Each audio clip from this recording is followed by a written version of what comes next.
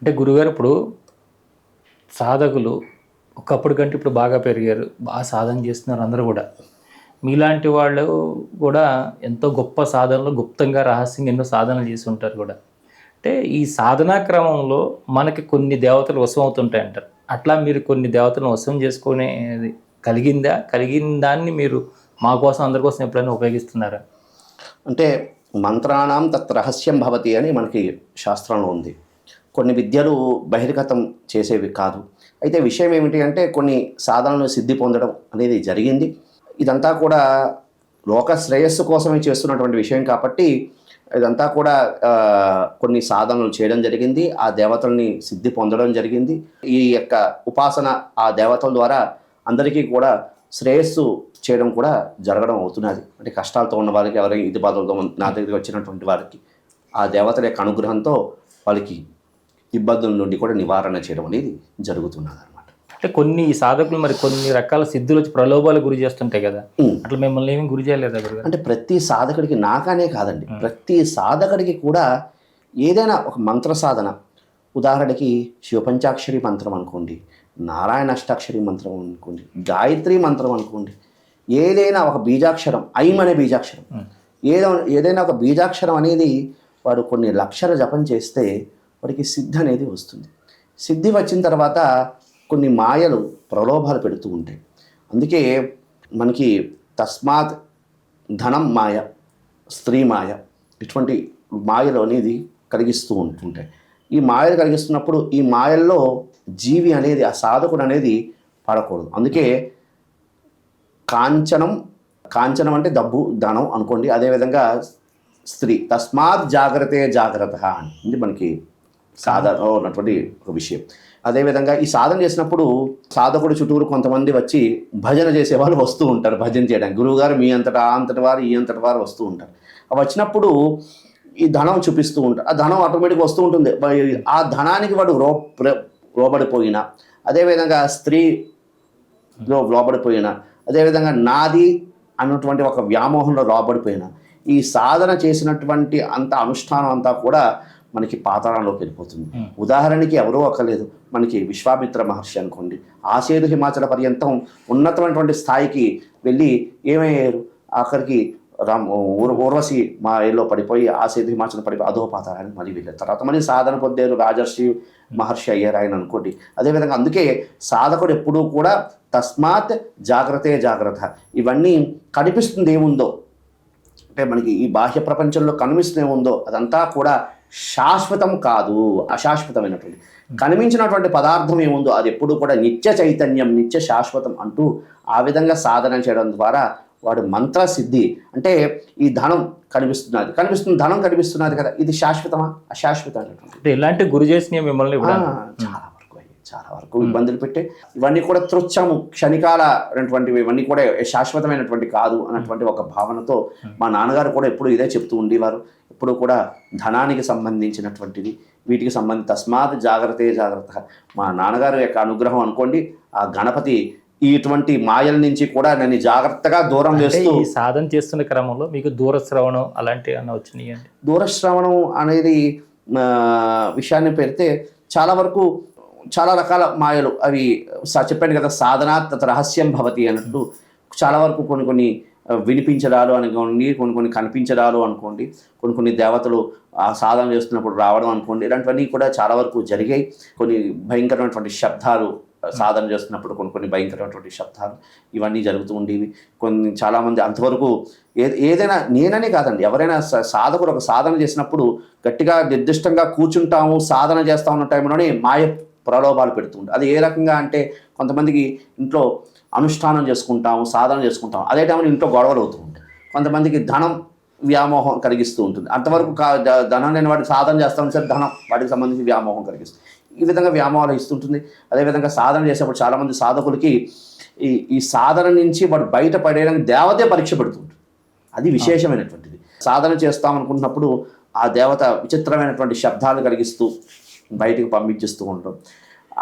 అక్కడి నుంచి ఆ సాధన నుంచి లేపేసి, ఆ వ్యక్తిని లేపేసి బయటకు ఇటువంటి ఎన్నో చెప్తున్నాను కదా, నా జీవితంలో గణపతి నన్ను ఎన్నో రకాలుగా ఆడుకున్నాడు, బంతిలాగా ఆడుకున్నాడు, విసురుకున్నాడు. అక్కడికి ఆయన అన్ని రకాలుగా ఏదో సామెత ఉన్నట్లు కాలుస్తే కానీ బంగారం అన్నట్లు. అవును గురుగారు. అంటే గణపతిని మీరు ఎక్కువ ఉపాసన చేశారు కాబట్టి ఏ గణపతిని ఎవరెవరు కొలిస్తే ఎలాంటి సిద్ధి పొందడానికి ఎలాంటి ఇబ్బంది నుంచి బయటపడడం కానీ ఒక్కొక్కరు ఒక్కొక్క సమస్యలు ఉంటారు కదా, గణపతి కూడా పలు రకాలుగా ఉంటారు అని చెప్తారు కదండి. ప్రధానంగా ఇప్పుడు ఉన్నటువంటి సమాజంలో ఉన్నటువంటి సమస్యలు ఏమిటయ్యా అంటే వివాహం, వివాహం అయిన వాడు దాంపత్య జీవనంలో చికాకులు, అదేవిధంగా ధన సంబంధమైనటువంటి ఇబ్బందులు, అదేవిధంగా ఈ ప్రయోగ సంబంధమైనటువంటి ఇవి రకరకాల ఇబ్బందులు. ఒక్కొక్క దానికి ఒక్కొక్క గణపతి ఉన్నాడు. ప్రధానంగా వివాహ విషయంలో వివాహం సిద్ధించాలి అంటే హరిద్రా గణపతి ఉపాసన చేయడం ద్వారా వివాహం సిద్ధిస్తుంది. అదేవిధంగా అంటే ఎలా చేయాలి హరిద్రా గణపతి అంటే ఏంటి, ఎలా చేయాలి? గురువు దగ్గర ఉపదేశం తీసుకుని ఆ హరిద్రా గణపతి ఉపాసన తీసుకుని ఆ గణపతిని పసుపుతో బీజాక్షరం, ఆ గురువు ఇచ్చినటువంటి బీజాక్షరాలతో ఆ హరిద్రా గణపతిని తయారు చేసుకుని దాని నిత్యం కూడా అర్చన, అంటే మనకి పంచాంగాలు అంటారు. పంచాంగ దేవ అంటే మంత్రము, స్తోత్రము, అష్టోత్తరము, కవచము, అదేవిధంగా మాలామంత్రం, ఈ 5 అంగాలతో దేవతని ఆరాధన చేస్తూ ఆ గణపతిని హరిద్రా గణపతిని ఆరాధన చేయడం ద్వారా శీఘ్రంగా వివాహం సిద్ధించడానికి అనేది అవకాశం అనేది ఉంటుంది. అదేవిధంగా విద్యా గణపతి, ఈ విద్యార్థులు చదువుల్లోని కొంచెం ఇబ్బందులు పడుతున్న చదువు శ్రద్ధ లేనటువంటి వాళ్ళు అందరూ కూడా విద్యా గణపతి ఉపాసన చేయడం ద్వారా విద్య సిద్ధిస్తుంది. అదేవిధంగా హేరంబ గణపతి ఉపాసన చేయడం ద్వారా ఈ దాంపత్య జీవనంలో ఈ ఇబ్బందులు ఉన్న వారందరూ కూడా హేరంబ గణపతి ఉపాసన చేయడం ద్వారా అర్క గణపతి అనేది అందరికీ ఎలాంటి సమస్యల్లో ఉన్న వారందరూ కూడా అర్క గణపతి ఉపాసన చేయడం ద్వారా సర్వాభీష్ట ఫలదాయక అని అంటూ ఉంటారు గణపతి. అర్క గణపతి అన్ని అభిష్టాలను కూడా నెరవేరుస్తుంటాడు. అర్క గణపతి 2 రకాలుగా ఉన్నాయి. కొంతమంది ఈ తెల్ల జిల్లేడు వేరుని చెక్కి అర్చన చేస్తుంటారు. కొంతమందికి యోగం, కొంతమందికి సాధన సిద్ధించి పరిపక్వత సాధిస్తే భూమి నుంచి కూడా గణపతి వస్తుంటాడు. నా పూర్వజన్మ సుకృతం, నేను అనుష్ఠానం చేసి ఆ భూమి నుంచి గణపతి వచ్చారు. ఇదపూర్వం మీతో ఇంటర్వ్యూలో కూడా అదే చెప్పడం కూడా జరిగింది. అదేవిధంగా ఉచ్చిష్ట గణపతి ఉపాసన, ఇది కూడా ఉచ్చిష్ట గణపతి ఉపాసన చేయడం ద్వారా మెయిన్ ప్రధానంగా జ్యోతిష్యులకి ఉచ్చిష్ట గణపతి ఉపాసన చేయడం ద్వారా భూత భవిష్యత్ వర్తమాన కాలాలు తెలియజేస్తూ గణపతే చెవిలో అని కానివ్వండి, లేకపోతే కర్ణ ఉపాసన, దీన్ని కర్ణ ఉపాసన కూడా అంటూ ఉంటారు. చెవిలో గణపతి చెప్తూ ఉండడం. అదేవిధంగా భూత భవిష్యత్ వర్తమాన కాలాలని కూడా గణపతి చేస్తూ ఉంటాడు. అదేవిధంగా ప్రయోగ బాధల నుంచి కూడా ఈ గణపతి ఉపశమనం చేస్తూ ఉంటాడు. ఉచ్చిష్ట గణపతి ఎక్కడ మనకు దగ్గరలో ఆరాధించడానికి, కానీ ఉచ్చిష్ట గణపతి ఉపాసన కాడ చాలా రహస్యమైనటువంటి ఉపాసన. ఇది చాలా గురువు యొక్క ఆశ్రయించి గురువు యొక్క నిర్దిష్ట విధానంతో చేయాల్సినటువంటి ఉపాసన. ప్రధానంగా ఇంకా ఆర్థిక సంబంధమైనటువంటి విషయాలు, ఇట్లాంటి విషయాలన్నీ కూడా వారికి చేయాలి అంటే లక్ష్మీ గణపతి ఉపాసన. అంటే వీటన్నిటికీ సంబంధించి లక్ష్మీ గణపతి ఉపాసన చేస్తే సర్వాభీష్టాలు కూడా నెరవేరుతాయి. ఇటువంటి వివాహం కానివ్వండి, లేకపోతే విద్యాన్ని కానివ్వండి, ఇవన్నీ కూడా లక్ష్మీ గణపతి ఉపాసన చేయడం ద్వారా సర్వ అభీష్టాలు కూడా నెరవేరుతాయి. లక్ష్మీ గణపతి ఉపాసనకు సంబంధించి ఏదైనా ఒక మంత్రం కానీ బీజాక్షరం కానీ మీరు చెప్పడానికి వీలవుతుందా మాకు? ఇది మాధ్యమాల ద్వారా అయితే చెప్పడానికి వ్యవహారం కాదు, ఎందుకంటే మంత్రాణం తత్ రహస్యం భవతి. స్తోత్రము అంటే ప్రధానంగా శ్లోకం అనేది చెప్పడం, ఆ ధ్యాన శ్లోకం అనేది చెప్పడానికి అధికారం ఉన్నది. అది మీకు నేను తెలియజేస్తాను. బీజాపూర గదేక్షుకార్ముకరుజ చక్రాబ్జ పాశోత్పలాం వ్రీహ్యగ్రస్వ విశాన రత్న కలశాన్ ప్రోద్యత్కరాంబోరుహ ధ్యేయో వల్లభయ సపత్మకరయ శ్లిష్టోజ్వల భూషయాత్ విశ్వోత్పత్తి విపత్తి సంస్థితికరో విఘ్నేశ ఇష్టార్థద. ఇది మహాగణపతి, లక్ష్మీ గణపతి. మహాగణపతిని లక్ష్మీ గణపతి కూడా పిలుస్తూ ఉంటారు.